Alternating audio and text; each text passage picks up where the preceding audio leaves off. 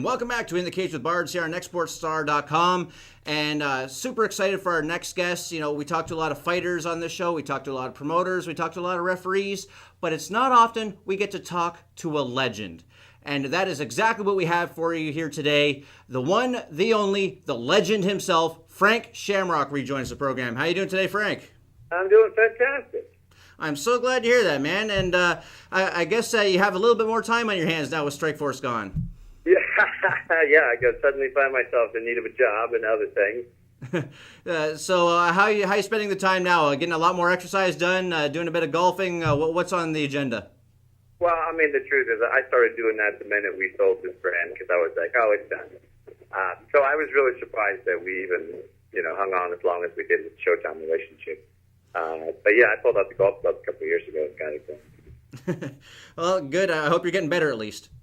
Well, I don't know about that. Golf is definitely the hardest sport I've ever tried in my life. Really? I'm not a golfer, so I see Tiger Woods make it look easy, and that's about all I know about it. Yeah, it looks fantastic when he does it. When everyone else does it, it does not look good. Fair enough. Well, how did you feel, Frank, when it really kind of set in that Strikeforce was gone? I mean, watching the broadcast, you looked like you're having an emotional moment near the end. Was it sinking into you then that, the company that you helped build, really built on your back in a lot of ways, was finally going by the wayside? Yeah, it's tougher when you're on live TV going through all that stuff too. But yeah, it was tough, man. I mean, Strikeforce was an amazing promotion. It really stood the testament of like dedicated martial artists, with a vision. So it was tough time. Well, what, if you recall specifically, what was going through your mind as you were signing off on the broadcast?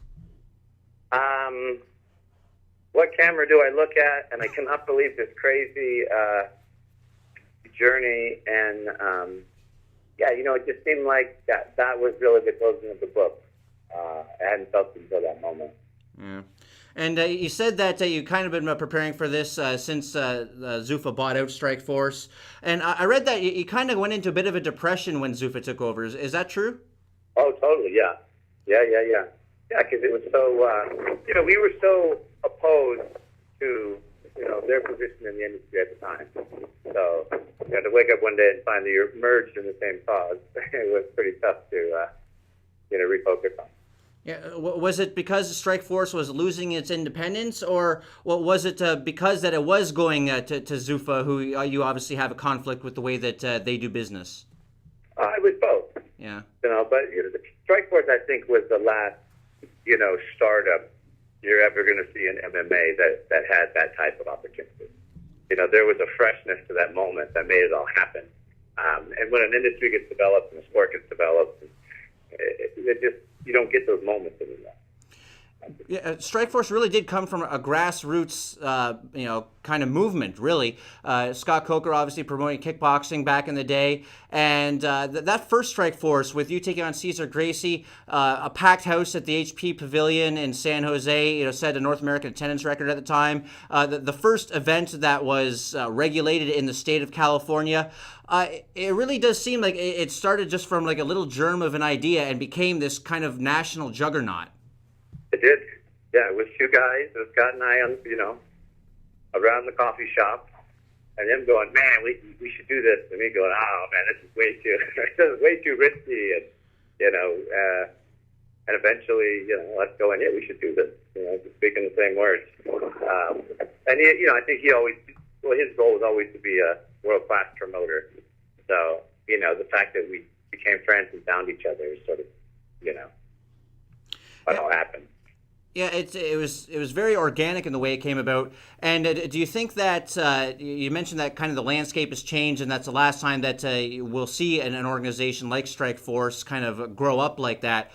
What do you think is different about the game now that an opportunity like Strikeforce had couldn't repeat itself? Well, you need $35 million just to get in the game. That's just different. Before you could have a handful of stars or, a handful of really dedicated guys who would be like, yeah, we're into it, and could really drive a brand or drive a message. Mm-hmm. But, all those guys are, connected or interconnected or promised, or everybody's consumed into one entity. So there's just not that relationship anymore. that opportunity. Do you think now that to do an MMA startup, it would have to be something, like, well, obviously Bellator didn't start this way, but Viacom now has an ownership stake in it. Would it have to, come from a TV network or some other, a very well-heeled organization like, or a private billionaire like Mark Cuban just deciding to start up an organization one day? Yeah, I mean, I think that's kind of where we're at. Or, maybe a major sports team deciding that, hey, this looks cool and, trying to create a, sports league. But, yeah, I think it's so focused now on one brand, one direction. It's going to be hard to crack in. Anyone who does, the costs are so expensive now. Investors are like, whoa, this game's been won. Yeah. And Showtime has been rumored that they want to continue to be in the MMA business, even without Strikeforce. Is there any rumblings that you've heard that could end up happening? Well, I mean, they definitely say they want to stay in it, and they like it. So, I think it's just a matter of finding the right suitor or the right show. I mean, because they're in the business of producing television and, sports entertainment. So I think it's going to be the right show because Showtime's done. We've got Fedor. We've done about as big as you can get. Yeah. So I think they want to stay big and do something, premium worthy. But I think that's yet to be created yet. Well, if Showtime does wind up with that perfect match and promoting high-level MMA, could we see you back on the Showtime network as an analyst, or is that something that you're considering right now? Yeah, of course. Yeah, I mean, I consider myself a part of the Showtime family, so I'm figuring as soon as they get their combat sports in order, they'll pull me back forward or get me back on air, as they say. Yeah. Well, we love seeing you on air, but I'm sure that you've been asked this question 1,000 times, but with Strikeforce gone, is there any chance of you and Dana White kind of burying the hatchet and shaking hands so that we could see you on UFC telecast, or we can, from the UFC's point of view, we can quit pretending that legendary fight between you and Tito Ortiz never happened, or, we can finally get you in your rightful place in the UFC Hall of Fame? Are any of these things possible? I mean, we could have tea together or something. I don't know. It sounds kind of... it's a little soft, but I don't know. I never had a problem with them.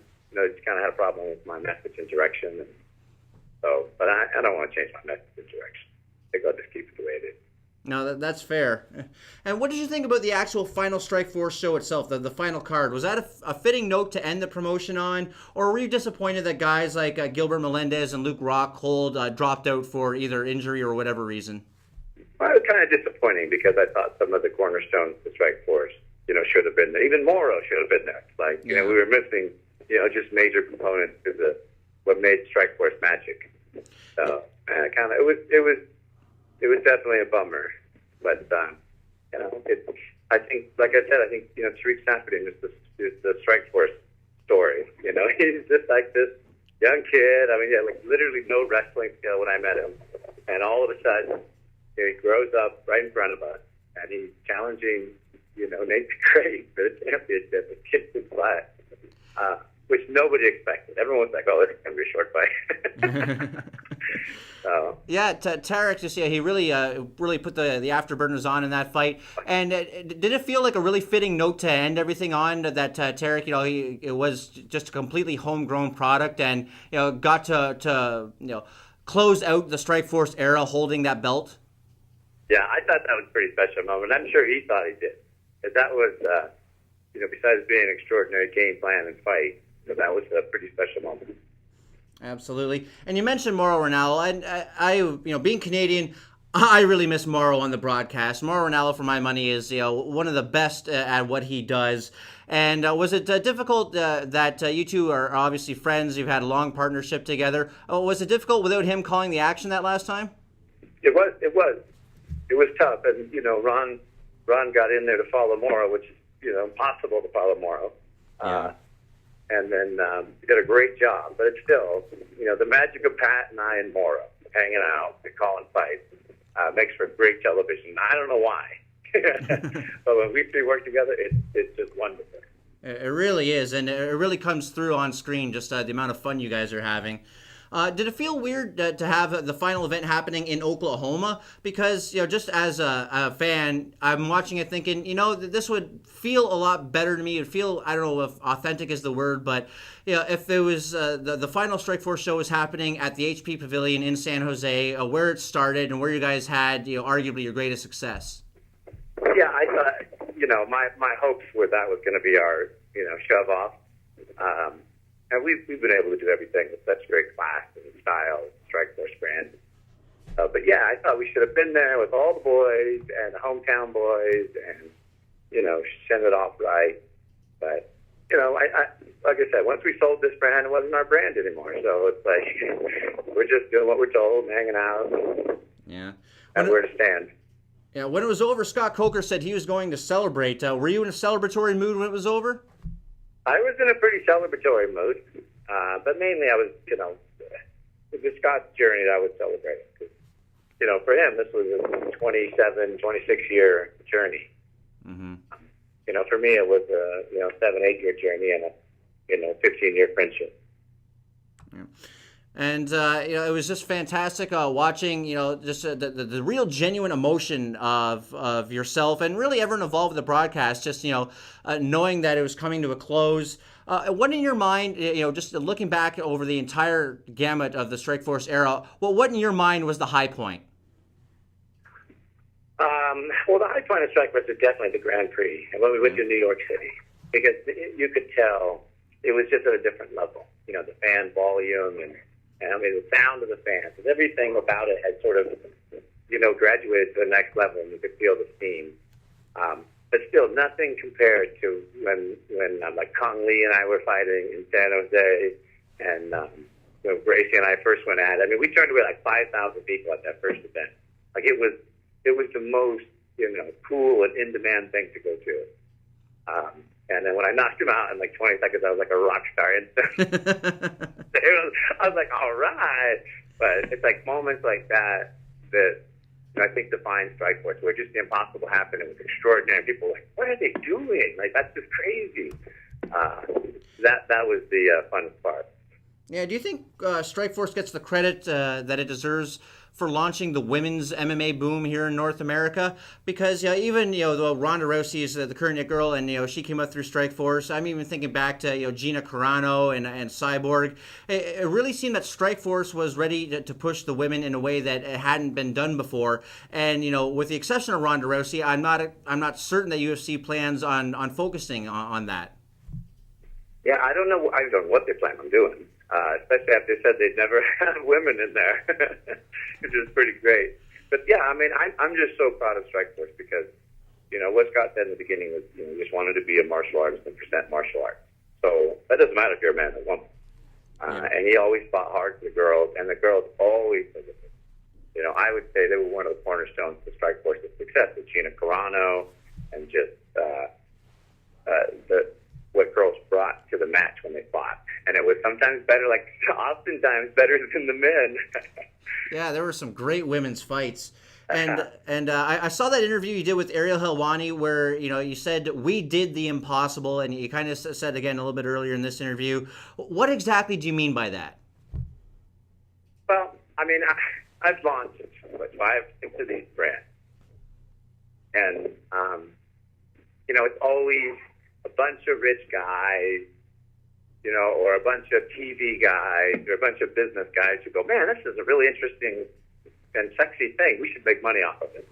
So they get into the sport for the wrong reasons, and they're really not interested in, these guys being presented or, martial arts or, their focus is totally different. So, I retired because I was like, I'm not going to give some producer guy or some, wealthy business guy control of my brand and my life and my future. He doesn't know what I want and what I believe in and what I really, want to achieve and everything.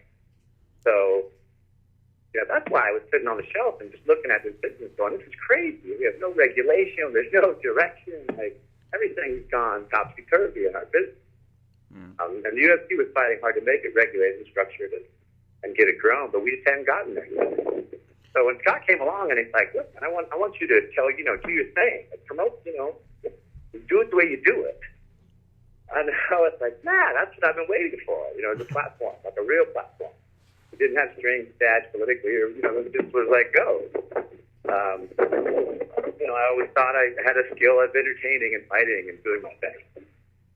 So that was the Strikeforce Impossible. It's like, you could come in and be like, all right, here's what I want to be, here's what I'd like to achieve, da-da-da-da-da. It's got to be like, I think we can work on that for you. And it was so foreign, and you're fighting with a promoter, or you're negotiating, you're wrestling over a contract, or all this crazy stuff that normally was happening in the business at the time. Could we see you make a return to promoting fights? Could we see Shamrock Productions or something like that? I don't know. I'm kind of tired of fights, in that I have a 4-year-old girl, so it's not like I can hang around her all the time. She gets all aggressive when she sees too much of it. But I think I'm going through a phase where I think for the next couple of years I can't really touch it too much. So I think I'm just going to produce some things, some TV shows, and help out with different film stuff. Oh, really? So you see the next couple of years being more in the entertainment realm than the sport realm, is what I'm hearing. Yeah, definitely. Because the sport's kind of, the UFC sport.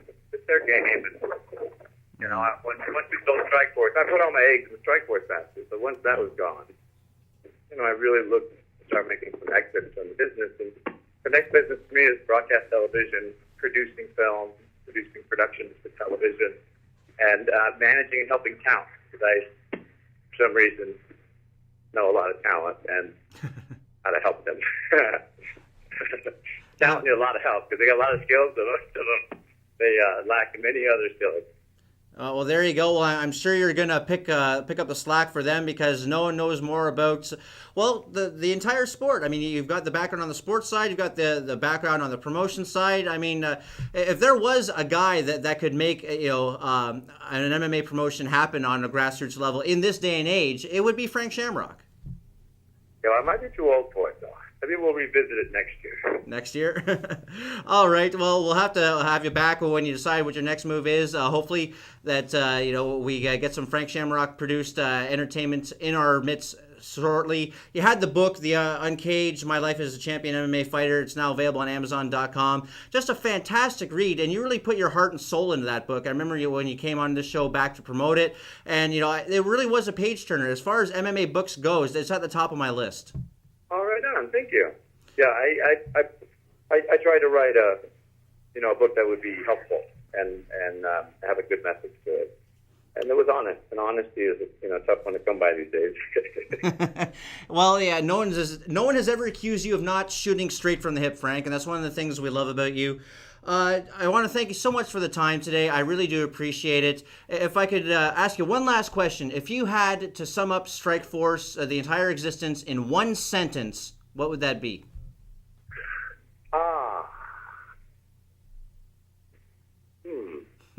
One sentence? Well, you can take one or two. Word or two, okay. I know you're a loquacious guy. You can use as many words as you need. I would say that Strikeforce was the vision of our dream. Well put. Yeah. Well put. That's what I'd say. Because every dream I ever had, I made true come through Strikeforce. And all my journey, but in Strikeforce, it all made. I could be like, wake up, and be like, this is what I need to do, and I could go on a stage and do it. Yeah. And you certainly did it. And Frank, just on behalf of Strikeforce fans everywhere, I want to say thanks for the memories and thanks for appearing on the show today. I really do appreciate it. Tell the people where they can find you on the Twitter, on the internet, and any other thank yous or shout outs you want to give. This is your time, my friend. Oh, well, I better start with my wife because all I do is work myself to death and ignore her, and I love her to death. So, Amy, you're number one. And you can find me everywhere on social networking at Frank Shamrock, Twitter and Facebook, and I don't know, I guess I'm pretty much everywhere. You're everywhere people want to be, Frank. There you go, the legend Frank Shamrock here on In the Cage with Bards on NextSportsStar.com, and we'll be back with more MMA action right after this.